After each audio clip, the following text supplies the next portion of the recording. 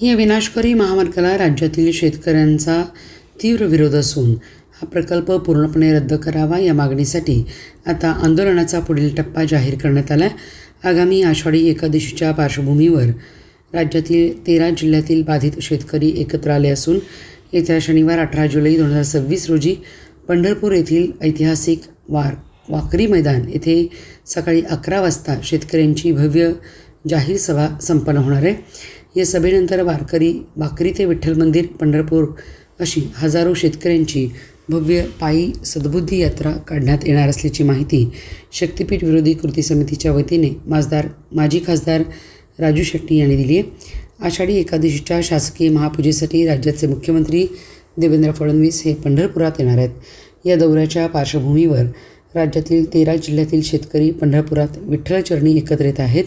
शेतकऱ्यांची सोन्यासारखी सुपीक जमीन हिरावून घेणारा हा शक्तीपीठ महामार्ग राज्य सरकारने त्वरित रद्द करावा आणि मुख्यमंत्री महोदयांना हा विनाशकारी प्रकल्प रद्द करण्याची सद्बुद्धी पांडुरंगाने द्यावी अशी सामूहिक मागणी आणि प्रार्थना या सद्बुद्धी यात्रेच्या माध्यमातून शेतकरी विठुरायाकडे करणार आहेत.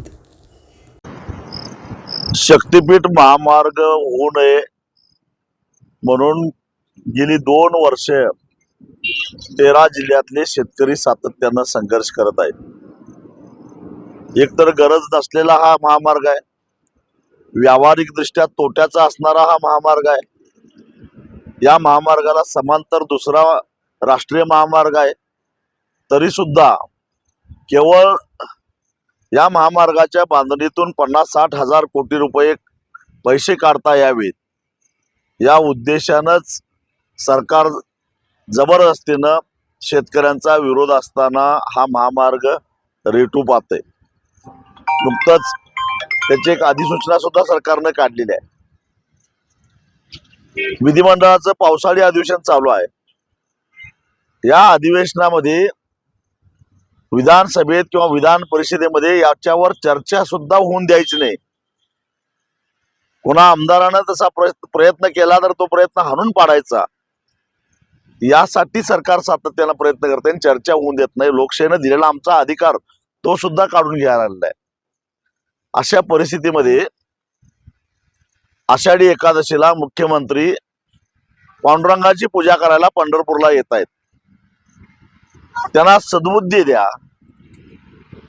महाराष्ट्राचं वाटोळं करायचं, महाराष्ट्रातल्या शेतकऱ्याचं वाटोळं करायचं, सांगली, कोल्हापूर आणि सातारा जिल्ह्याला महापुरामध्ये लुटून द्यायचं, जी दुर्बुद्धी सुचलेली आहे ती दुर्बुद्धी दूर होऊन दे, त्यांना सुबुद्धी सुचावी म्हणून 18 जुलैला या 13 जिल्ह्यातल्या समन्वय समितीच्या माध्यमातून, शक्तीपीठ विरोधी समन्वय समितीच्या माध्यमातून वाखरी ते पंढरपूर अशी एक सद्बुद्धी दिंडी आम्ही काढलेली आहे.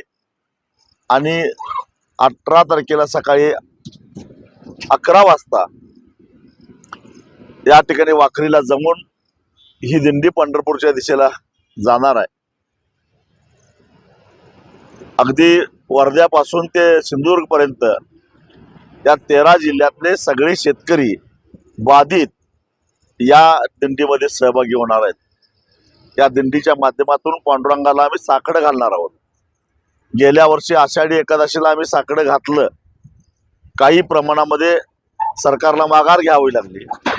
यावर्षी सद्बुद्धी दिंडी काढून पांडुरंगाला पुन्हा एकदा आम्ही साकडं घालतोय. आणि जेव्हा जेव्हा आम्ही पांडुरंगाला साकडं घालतो तेव्हा तेव्हा आम्ही यशस्वीच होतो.